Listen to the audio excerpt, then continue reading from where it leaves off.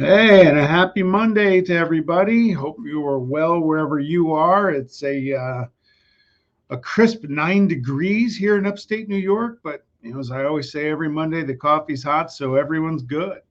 Welcome to Pugsley's Pit. This week I'm Sean Pugsley Martin asking you the question: where else would you rather be than right here, right now?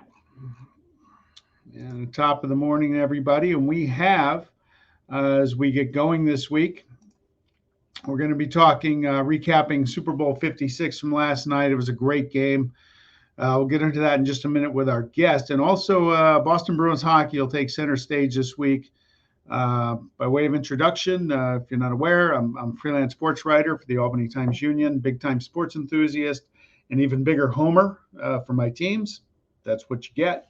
I can also be found as a co-host of M&M Across the Board on a weekly basis. You can follow the show on Twitter at Pugsley's Pit and taking the podcast on YouTube, Apple, and Spotify. As I said on today's show, we'll go through my sports world just for a few minutes. We'll talk just briefly about the Super Bowl and then the Bruins. And then we're going to bring in our guest, Cam Hasbrouck, of two things very near and dear to me, at Brews and Bruins podcast. And then we'll get back into the Around the World segment. So just a quick observation on the Super Bowl last night. It was a great game. I said on last week's show, you always want to see. For me, the Raiders haven't been in the Super Bowl in 38 years, so I kind of look for something to keep me going. And I want to see big-time players step up in the big moments. Legends are born, and legends were born last night. Matt Stafford cemented himself as elite. Tough go for him in Detroit. Not last night. He came through when he had to. He struggled at times through a couple interceptions, but when the championship was on the line, he responded. Cooper Kupp, fantastic year. Helped my fantasy teams this year. He was great, so thank him. And Aaron Donald, to me, the best individual performance ever by a defensive player in the Super Bowl, better than Reggie White back in Super Bowl 31 for Green Bay. Donald was just a beast once he got going, and the Bengals couldn't answer. For the Bruins, and look what happened, by the way. Cam is I just found out, a lifelong Rams fan. So we have a very happy person coming into the room real quick. Then we'll get to the Bruins. Just a horrible week for a Bruin fan. Yeah, you beat Ottawa 2-0 on Saturday, but it's Ottawa. And I forgot they were in the league sometimes. Last Tuesday was a gut punch. Patrice Bergeron gets ridden into the boards. He's out with a concussion. Brad Marchand, I love Brad Marchand, but I'm tired of the shtick. I'm tired of the act. He acted. I have 5.5-year-old twin boys, and Marchand acted less mature than they do. Just terrible. 6-game suspension. You can't be a leader. You can't be an elite player if you're so selfish and so undisciplined that you do what he did to Tristan Jarry. It was just dumb. And he lost his head. And guess what? He cost his team 6 games with one of the top scorers in the league and playmakers. And on top of that, the news broke from The Athletic that Tuukka Rask was strongly considering retirement, which he did the next day. It was just awful. And we'll get into the state of the Bruins as we head down this playoff stretch with Cam Hasbrouck. What's going on, Sean? Thanks for having me, man. Appreciate it. Yeah, no problem. Thrilled to see you here. And you got a little Todd Gurley jersey in the background. Yeah, a little bit of a throwback action. I was joking before the pod here that I should have gone with Aaron Donald, and that'll certainly be my next jersey. But for now, we're riding out with the throwback Todd Gurley. That's fantastic, dude. Congratulations. I mean, take me through your emotions. Let's start with the good. Let's start with the Rams. Take me through your emotions last night. What were your expectations going into the game, and how did that play out? Yeah, it was incredible. I mean, watching this team the last couple of years, I mean, first of all, growing up was tough with this Rams team through the mid-2000s. We saw 2-14 seasons. We saw 1-15, 1-6. It was a tough time growing up as a Rams fan until the last couple of years. And then obviously we got into that 2019 Super Bowl against the Patriots and just absolutely lay an egg. They went out, got Matt Stafford, did all the things they needed to this year. I mean, you heard all the talk that the Rams were built for last night's game, had all the pressure on them, especially with a team like Cincinnati, that Cinderella story coming in. But it was incredible. I mean, like you said during the intro, all of those key players stepped up. Watching Aaron Donald get those final 2 tackles, that sack to get himself the ring that he was looking for, Yeah. That final drive for Matthew Stafford. Obviously, Cooper Kupp, I think, had the best wide receiver season we've ever seen in the NFL. So watching all of those guys step up in those last minutes was just absolutely incredible. To me, a team that has really earned that ring, obviously was built. I think you get a lot of talk about the Rams kind of bringing in star power, and people try to kind of build them as this super team. But yeah, they did bring in guys like Stafford and Jalen Ramsey and things like that. But a lot of their guys were homegrown as well. So I think they kind of get hit with that label a little bit. But I think if you look at how that team was built, it is pretty organic. And I think it's a team that, obviously a lot of people root for the Bengals and Joey Burr. I get that. They were an outstanding story this year. But I think the Rams were a very likable team as well. So I think even neutral fans are going to be pretty happy with what they saw last night. Yeah, for me, I enjoyed – I don't have an extra grind with either of these teams, even though the Bengals beat the Raiders in the playoffs. I like Joe Burrow. I think he's a likable player, and the Zach Taylor quarterbacked at Nebraska, so I'm obviously going to like him. And the Rams, yeah, you know what? Good for them. Aaron Donald's been a class guy all these years. He's a surefire Hall of Famer, and boy, he really, you turn on the big stage lights and everything, and you see who's going to perform. And Stafford had some mistakes, but again, when the game was on the line, he really did. The guy who stood out for me last night was A'Shawn Robinson. Mm-hmm. I'm not a big Chris Collinsworth fan, but boy, he correctly said, and when he comes out on the field, the Bengals got audible to a pass because they couldn't run the ball with him out there. Mm-mm. Yeah, I know. I know a thing or two about that yesterday too, because the Rams could not run the ball for more than 2 yards. It seemed like all games. So, but yeah, I mean, you mentioned Matthew Stafford, and that's been the kind of thing with him all season. I mean, he is obviously an outstanding talent when he's on his game, and we've seen throughout the course of the year that he can be a little bit streaky throughout the course of a game. But it really does seem like every time you need that clutch drive, he's ready for it. It's almost Tom Brady like, and like if there's 2 minutes left and he's got an opportunity to win a game, he's gonna do it. And it just feels like after wasting away in Detroit for a dozen years, he said he wanted to come here and win, and he got an opportunity to do that. And he proved time and time again this season with those last minute drives with the best combo with him and Cooper Kupp in the league. And they got an opportunity to do it one more time last night. And even with all the options depleted, with OBJ out with an injury, obviously Robert Woods out the last couple months with an injury, Tyler Higbee, who was his number 2 target all season, was also out. So on the last legs, pretty much just him and Kupp. You had another wide receiver you brought in who pretty much gave away the interception just a couple drives earlier.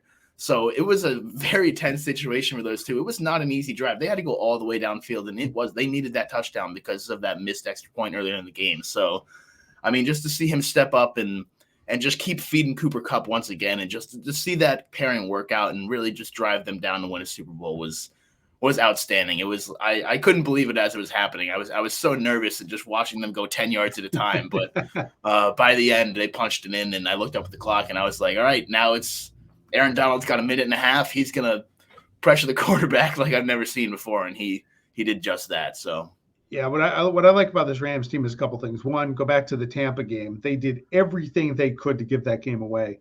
Yeah. And yet, once they found themselves in a tight game, a tie game in the last minute or so, Stafford and Kupp stepped up. That's what champions do. Everyone, you get in the playoffs, and no matter what sport you're in, adversity is going to hit you over the course of a game, and how you react dictates kind of who you are. And they did it there. And even down 10 to San Francisco, didn't look good, but they came back and rallied, and they did it last night. I mean, you go back to, they give up that 75-yarder to start the second half. Yeah. The no call on the face mask. And then the first play back is an interception. And you're like, oh my God, this game could get away from them just like that. Yeah. But they hung in there, and what you said about Stafford's right. Sometimes it's not aesthetically perfect, and he's going to make mistakes, but he really got him going. But what I love about this Rams team is I would rather watch a 23-20 defensive battle than 41-38. And I'll use the Chiefs-Bills playoff game. It was a fantastic. It was one of the best games I ever saw. But I like to see defensive players step up and make plays. I mean, what has Aaron Donald meant to this team all these years? And I hope he doesn't retire, because you gotta marvel at his play on the field. Yeah, I mean, it's one of those moments where you knew you were watching a great all these years. And I mean, being a lifelong Rams fan, I've wanted a championship for myself, selfishly, of course. But last night I was just pushing for Aaron Donald so much. I mean, this is a guy that deserves it as much as anybody probably in the history of the league. And it's one of those things where obviously he could have a few more years in him. We'll see what happens. Obviously, the comments that were made and stuff, we'll see. But you just didn't want to see him go down as one of those all-time greats who just never got the ring, especially because he did stick it out with St. Louis back in the day and LA when they first came out here. Still, obviously weren't quite the powerhouse that maybe they are now. So to see him stick around and really just grind it out and have a team finally be built around him, you really wanted to see it happen. So, you could see how happy he was in the post game. He looked like he had no idea where he was. He had finally achieved that football glory that he was looking for his entire life. The one piece of the ring that he was missing there. And he certainly earned it last night. Like you said, he did not coast his way into the Super Bowl. He was hungry last night. You could see it, and he certainly earned it. It seemed like that play where he knocked Burrow out of bounds for the 1-yard loss, his first recorded sack, and there was a lot of pushing and shoving on the sidelines. And again, the announcers, I thought, correctly said it. It looked like it woke him up a little bit and gave him just a little more juice. Not that he needed it, but he just took the game over at that point. Yeah, I think it was Chris Collinsworth who said you don't want to make him angry or something like that, which is so very true. I can't imagine. I was joking last night when Burrow was scrambling that I think having Aaron Donald on your tail has got to be the scariest thing that a human can face because that dude is an absolute monster. But like I said, he was somebody who obviously such a competitor was going to be locked in for the Super Bowl no matter what. But at the end of the day, a play like that happens and it's going to fire you up a little bit extra. And it felt like there was an extra little jump in his step there after that for sure. Yeah. What about, Robert Woods goes down. Beckham comes over from Cleveland where he was just lost. I don't know if it was him or Cleveland or just whatever. But when he went out last night, things really seemed to change. It took him a while to recover. And talk about what Odell Beckham Jr. brought to the Rams once he arrived. Yeah, that was an interesting signing. Certainly not one I saw coming. I really, when it happened, thought that he was going to be just kind of that extra, third wide receiver maybe between Cooper Kupp and Robert Woods. The two go-tos, and even Higbee as a tight end is a pretty favorable target for Stafford. So it seemed like it was just a little piece of insurance that was going to be a little cherry on top of a very strong Rams offense. And then obviously Robert Woods goes down pretty much right away. And you say, oh man, OBJ could be a pretty meaningful factor in this offense all of a sudden. It ended up being just that. Cooper Kupp was still the go-to guy, but OBJ was not a second or third option. He was kind of a 1B the rest of the season, and he really stepped up. There was that, the whole narrative about him, obviously a big personality. He's bounced around the league a little bit. People are very hot or cold on him. So I was kind of happy to see him just really seem like he settled in and found a home in LA. He said that he's interested in staying around, potentially taking a discount, which good. I think you look at this Rams offense right now, you bring back Bobby Trees, you re-sign OBJ, you can get Cam Akers fully healthy for a season again. That looks really scary again going into the future. But yeah, he really was a much bigger piece than I had expected. And when he went down last night, all of a sudden it was like, oh, right, this was what it could have been like for really the rest of the season after losing Robert Woods. So he played a tremendous part. I think early he got that touchdown yesterday and stuff, but he's been a really big piece of that Rams offense last season. I hope they're bringing him back for the next coming year. Yeah, well, that's awesome. Hey, enjoy it, ride it out, enjoy the celebration. Super Bowl wins don't come around very often. My last one was January of 1984, and that feels like a lifetime ago. So so enjoy it.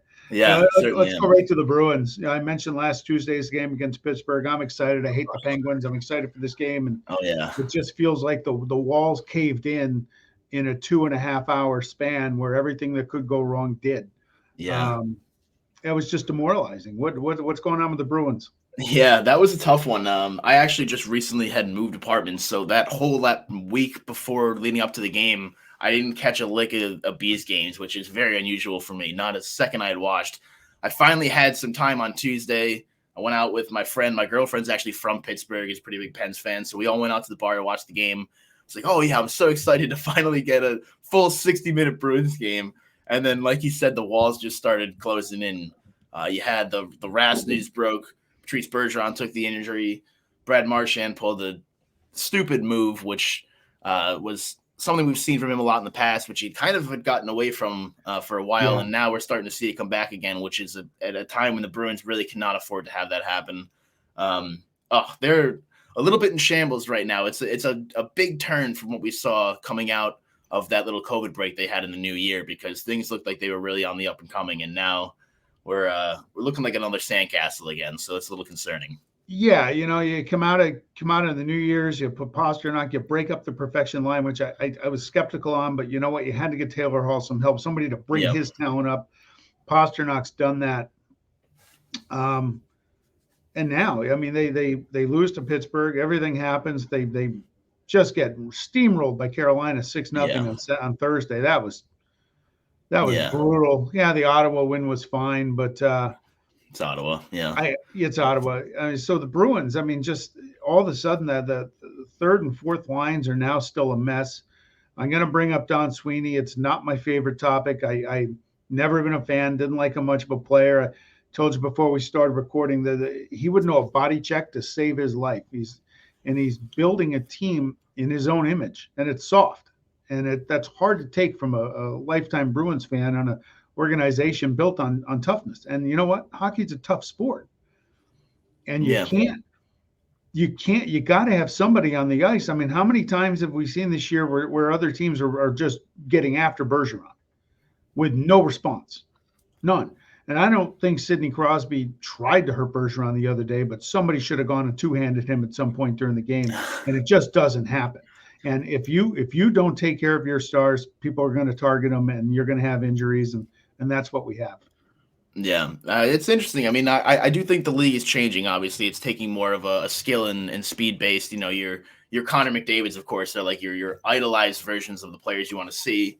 And you look at Tampa Bay, for example, as a team that's been, I'm not going to call them a dynasty yet, but that's built a very solid. Every year they're going to be competing for a Stanley Cup, and they've been able to find that mix, right, where they have those skill guys, they've got the speed, but they're also not a team that's going to take anything from anybody. No. So the Bruins, during the peak of their competitiveness in the late 2010s, that 2019 run, had that still, where they had a very solid skill line, several skill lines, really. David Krejci was still here, God bless him. Oh, I miss him. And that fourth line was still pretty solid. I mean, I think we've seen some stuff at the third and fourth lines that look good, but I think they've really just kind of struggled to find an identity. I think part of that is because some of those kind of depth guys have been pushed into the upper six roles because of the absence of players like David Krejci or Brad Marchand getting suspended. When the Bruins have had their full, team, for lack of a better term, they've had some pretty good runs so far this season, but it seems like they just haven't been able to lock down that consistency, and especially on the bottom line. I mean, the thing a lot of people were upset with Sweeney about this year is that he brought in a lot of depth players, right? Yeah. He didn't really find a way to replace somebody like David Krejci, who is obviously very hard to replace, a second-line center for the last decade for this team, and has carried that second line despite a lack of consistent line mates. But Sweeney brought in a lot of depth guys and stuff, and it seems like it gave the Bruins a little more options that they had with that bottom six. You didn't have to dip into the AHL or the prospect pool quite as much. But the flip side is you're still missing that kind of key piece on the second line, and that's kind of been bleeding down into the rest because there's been so many shakeups that I feel like it's been difficult to really lock down anything beyond that perfection line. And even now they're kind of toying with breaking that up a little bit. So yeah, it's a different feel for the Bruins. I mean, the wins have been, changing for a while. We saw a couple years ago, Chara finally leaving. You knew David Krejci's time was going to be up soon. It happened last year. Now Rask is gone. All of a sudden you've got very few pieces from that 2011 Stanley Cup squad still here in that core. So it's going to be really interesting to see kind of which way they pivot, whether they're still feeling like they can win now. I think personally, as long as they have Patrice Bergeron, they're going to keep going for it. Yeah. I would be very surprised if they started selling off while he's still wearing his Spoke B, but the window is certainly closing. The thing with the Bruins is, Hala is okay. It's Coyle is a nice player, but he's not a second line center. We've seen enough sample size to know that, and that's where I go back to Don Sweeney. You gotta, here's my other problem with Sweeney. You got some of these guys that play really well in Providence, and it's a system. What happens when they come up? Is it? I don't think it's. I like Cassidy, but what is it with some of these kids that just when they come up, are they just really good AHL players? They can't cut it in the league. Right? What is it? Because it's more than one, right? Yeah. Mika, there's a few. Bjork was another one. It's just some of these guys, they just, when the translation comes through, it's not working out in the NHL for them. Yeah, it seems like they've got a lot of guys who are just almost there, and I feel like that's been the case with Stanika. I feel like that was the case with Anders Bjork. Granted, he had some pretty brutal injury luck with the Bruins, so I think that kind of held him back a little bit with those shoulder injuries he faced for a couple of years. But it does seem like they're just almost there a lot of the time, and it is frustrating because you see a lot of breakout young guys from across the league who you wish we had something like that. Even a guy like Jake DeBrusk, who is not exactly a super young player anymore, but is still a pretty young guy and has a lot of upside still, I think.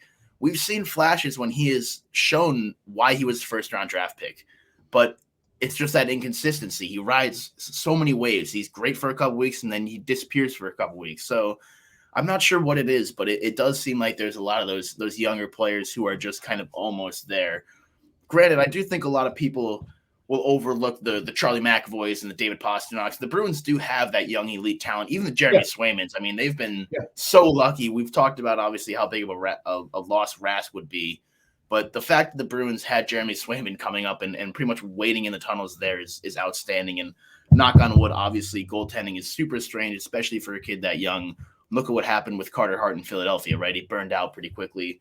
Maybe not a bad goaltender, but not quite the sensation that he looked like at first. So I'm trying to hold my tongue a little bit on Jeremy Swayman, but I think that's a reason for optimism for the Bruins, because if losing Char, losing Krejci, Bergeron down the line, even Marchand is getting up there. Yeah. It was looking like it was going to be McAvoy and Pasternak for a long time. Having that goaltending prospect like Swayman is something to be excited about, at least, I think. I love Swayman. I followed him at Maine. I cover Division I college hockey, so I'm very aware of him, and I think he's great. And quite frankly, Omark has been one of the biggest surprises of the year. Yeah, he's come in and kind of stabilized everything as a veteran presence. So as much as I love Tuukka, I don't think goaltending's the problem in Boston. We'll see how they go in the playoffs, if they make the playoffs. Yeah, you have the trade deadline coming up. I mean, I'm no DeBrusk fan. I like him when he's playing well, but when he's not, it bothers me, because if you're going to play in the end, you got to bring it every night, right? You can only set a guy down and get his attention so many times before it's just not there and it's not working for him in this town, and he'll probably do very well somewhere else. But I think it speaks to how little depth the Bruins have that the trade talk around DeBrusk is gone, because they need him.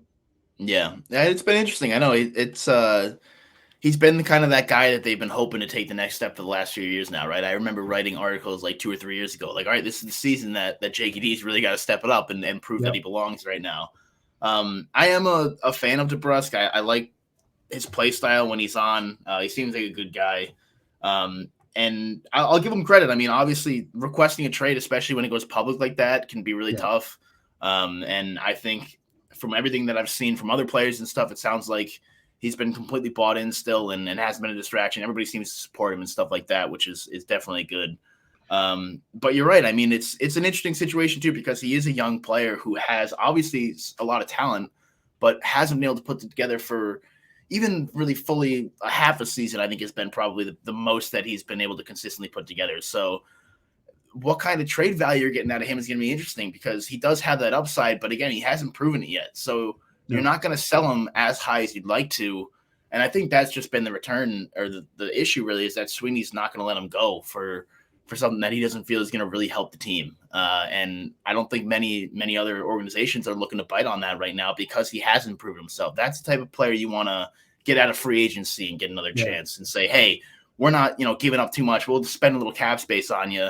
Let's show what you can do. I don't think many teams are going to want to give up, prospects, draft picks, any kind of asset really for a player like that who just hasn't really been able to prove that he can. I mean, I think he's clearly an NHL player, but he has not reached that first round pick potential, which is a big shadow kind of hanging over you when you were drafted in a position like he was. And especially that 2015 Bruins draft, of course, gets looked on with dismay, which understandably so. I think maybe a little exaggerated, because like we were kind of saying, it's a draft, you know what I mean? You never really know. And obviously, you could have picked Matt Barzal and blah, blah, blah. Yeah. Of course, you could do that. The Bruins, so many teams could have snatched up David Look at Brad Marchand, you know what I mean? So many people could have gotten him. You could do that all day, but when you have 3 picks in a row, it does hurt a little bit more. And especially when you've really seen only one of them in the NHL for an extended period of time, I do get that. So, but yeah, I don't know. I mean, I at this point, it seems like he's probably going to be in Boston for the rest of the year. We'll see if that changes over the next couple weeks here, because we're running out of time. But at this point, if he hasn't sold yet, I would be a little surprised to see DeBrusk go. Yeah, I think with DeBrusk, the maddening part about him is he's exactly the type of player the Bruins need. Yeah. Right? They need the grinder, the guy. He's not the most talented guy on the ice, but he'll score goals. Yeah. If he's willing to go down, put his face in the scrum in front of the net, come up with a greasy goal, get a rebound, take one off the skate and get it in. But he just doesn't give that effort every night, and that's the problem. And you almost want to come on, dude. It's the NHL, right? You've been around this your whole life. Your dad's involved in the game, but you got to pay the price. There's only so many Pasternaks and Bergeron and Marchand. You talk about Connor McDavid, Austin Matthews. There's only so many of them. Mm-hmm. Most of the league is built on hard work and grinding and paying the price. And if DeBrusk would just buy in and do that like he did a couple of years ago, that's a big piece to the puzzle here for the Bruins. It's already solved, and that's what drives me nuts about him. Probably 6 weeks ago, I was on Twitter just begging somebody, give us a bag of 12 pucks and take it. And we're good. We'll call it even. I'll pay the postage for the bag of pucks. Yeah. But that's the hard part. It is tough. When he is so noticeable sometimes when he's forechecking. That's the biggest thing for me for DeBrusk is when he's on his game, you can see him buzzing around the offensive zone, whether he's got the puck or not. And sometimes he just does disappear a little bit, which is tough to see for sure. How is you mentioned Charlie McAvoy? He's one of my favorite players. He's been since they brought him in a few years ago, and he basically started his career in the playoffs. Yeah. How big of an asset do you think he's going to become, and what's his upside? Incredible. I think he is nothing short of a franchise defender. I agree. We've seen it from the second he was brought in pretty much into the playoffs was a competitor. Kind of reminds me of like a Torrey Krug, one of those guys who they brought in and just had an immediate impact on the blue line. Obviously has a different game. The thing I love about McAvoy is that he just does it all. He's a guy who can push the offensive play. His offensive stats are incredible. He moves the puck up ice really well. He can quarterback a power play, which is something he's worked on a little bit this year. I think that was actually one of the weaker sides of his game was kind of running a power play. He did it decently well, but he wasn't quite the threat they were looking for. I think that's gotten better this year. But then you look back in the defensive zone, and he is an absolute rock. He has that physical presence that you can bring. He's not afraid to absolutely dump somebody. He's got big boy too, so he's got the size, but he's also just so smart and defensively responsible. He does not make the wrong play very much. It is a rarity to see him just make a poor judgment call. So he's the real deal. Him and Pastrnak and maybe Swayman at this point are the centerpiece of this team. They're the three untouchables going forward.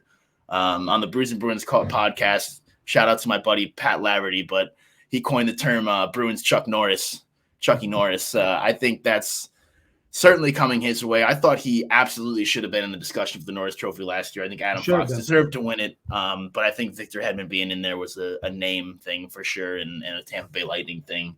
McAvoy had a far better season. He's doing it again this year. Yep. I think he's going to be a perennial Norris Trophy contender for at least the next 5, 6, 7 years, possibly beyond. Absolutely. He's the next one. It started with Orr and went to Bork. Yeah. Chara filled that huge role for so many years, and then the torch has been passed. And I'm excited for McAvoy. I've been a big fan of his. Yeah. Even back when he was in the playing for the U.S. Yeah. In the World Juniors. Yeah. So good for him. Hey, what are the prospects you think for the rest of the year? What do you see happening with this group? Yeah. I think the Bruins are a playoff team, even with all the stumbles they've had lately. I think we've seen a lot of extremes from them this year. I think early in the season we saw some of the lows when Ullmark was still kind of finding his game. Obviously, the lineup had a lot of shakeups. I think they were not playing to their potential. They came out of that COVID break and were hot as all hell. So I don't think they're quite there either. I think they overperformed for a few weeks. I think really this team is somewhere in between. Probably a second or third first, second wild card spot. I don't see them really quite. Maybe they can catch up to Toronto, but Tampa Bay and Florida are in another class right now. I would be very surprised if the Bruins fell out. I don't think there's really many teams below them that have much gas. I think maybe the Islanders are the only team I could see making a late run, but they've had such a terrible season. Yeah. They got off to a terrible start, and a lot of that's due to COVID. They've had a awful luck with the COVID bug, and it's been difficult getting a full lineup out for them. But Detroit's not really yet. I think they're on the right path, but they're not at a level they're going to compete with Boston yet. So I think the Bruins are a fairly safe playoff team, but I don't see too much going on from there. I think you maybe could steal around. And look, anything can happen. Look at the Montreal Canadiens, right, making it to the Stanley Cup final. They had no business to it. So yeah, I mean, they were never a threat to win that thing. But at the same time, they sort of were, because it's hockey. You know what I mean? It's some teams like Tampa Bay and Carolina, as we saw last week, are just a class above. But at the end of the day, it's such a weird sport that relies on so many weird things that are just so difficult to measure that, a 7-game series is a decent sample size, but at the end of the day, it's not that big either. So anything can happen, as we saw last year. That being said, I would not be throwing the house on the Bruins this year. I think probably a first or second round exit is waiting for them in the wings. Yeah, hopefully somehow it can work out and we can match it with Toronto in the playoff. Yeah. That's almost the equivalent of a bye. Yeah, although it's going to stop being that one day, and I'm scared of that day, but I've been scared of that day for a decade. Yeah, exactly. So it's been going pretty well so far, so I'm not going to complain. Hey, last question. Any chance that Czech Republic hockey team plane diverts in Boston and drops 46 off to finish up the year we get playoff Krejci to go with Pasta and Taylor Hall? I think it's one of the few things that could bring salvation to this Bruins team right now. I wouldn't bet on it. I think Krejci's probably done. He made the decision, last offseason to go and try to finish up his career with his family. I know there's been a little bit of talk of it lately, especially with the Olympics, seeing him step away from his club for a little bit. But I would be surprised if it happens. I think he knew full and well the decision he was making. It was a tough one for Bruins fans to swallow. I'll be the first. We praised David Krejci over on my podcast, but it's a guy who you have to appreciate what he did. Never really got, I think, the credit that he deserved, really anchoring that second line for so long. I mean, look at the line mates he had. It wasn't until, he had Jerome McGinley for a little while 10 years ago, and he finally got Taylor Hall for the back half of last season, and they looked outstanding together. I would have killed to see a full season of him and Taylor Hall together, but. No, I think he's staying in the Czech. He's going to finish up his career there with his family, and all the power to him. He's earned it. Well, he centered the top line on the Cup team with Lucic and Horton. Yeah. And he had an unbelievable pass to Horton to win for the only goal of the Game 7 Eastern Conference Final against Tampa. I miss playoff Krejci. He was something special. But he's one of those guys. He'll always go down. I hope he deserves to have his banner raised. Yeah, on the TD Garden 46 and get it up there with the others. So, hopefully that comes. And you know what? I did take a look earlier in the year, and the Czech season does end about mid-March. So you never know. You never know. Maybe maybe he's got a freshly sharpened pair of skates and figures, hey, look, I got it. Let's head over to Boston for the stretch run and play a couple months, and then we'll call it a career. So I hope you're right. We'll see. They need it. Hey, so Cam, how can the viewers catch up with you and then with everything you're doing? Yeah, so you can find us. We do the Rams and Bruins podcast. It's called. We're available Spotify, Apple Podcasts, all the open your window and you might hear us, that kind of thing. It is exactly as it sounds. Rams and Bruins. We talk craft beer. I'm in Portland, Maine, which is the craft beer capital of the United States. I like to think. We got another co-host all the way out in San Diego. So we're catching as many breweries as we can in between. Pretty easy podcast. We just kind of jump through, talk about whatever the happenings of the Bruins are. And we do it all over beer. So it's meant to be a very relaxed atmosphere. Like you're just kind of chatting at the bar. But if you like craft beer and you like hockey, come give us a shot. It's a strange podcast. We did it. We started it, actually. We kickstarted it just like 2 weeks before the pandemic started. We were like, hey, let's do this hockey podcast. And then hockey stopped. And we were like, oh, man, what are we going to do now? So, yeah, we found a little ways to get creative and stuff. It's mostly hockey focused, but it bounces around a little bit. But, yeah, that's the biggest thing right now. So you can find us on Twitter at Rams and Bruins. And, yeah, give it a shot. Awesome. Cam, hey, hope to have you back soon before the season ends. Yeah, thank you so much. I'd love to. I would love to. It was a pleasure. All right. Have a great day, buddy. You too. Adios. All right.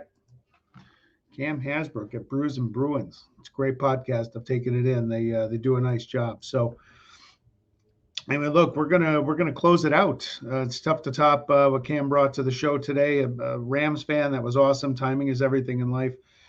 Just as a reminder, little plug here. Here's my book I wrote during the pandemic.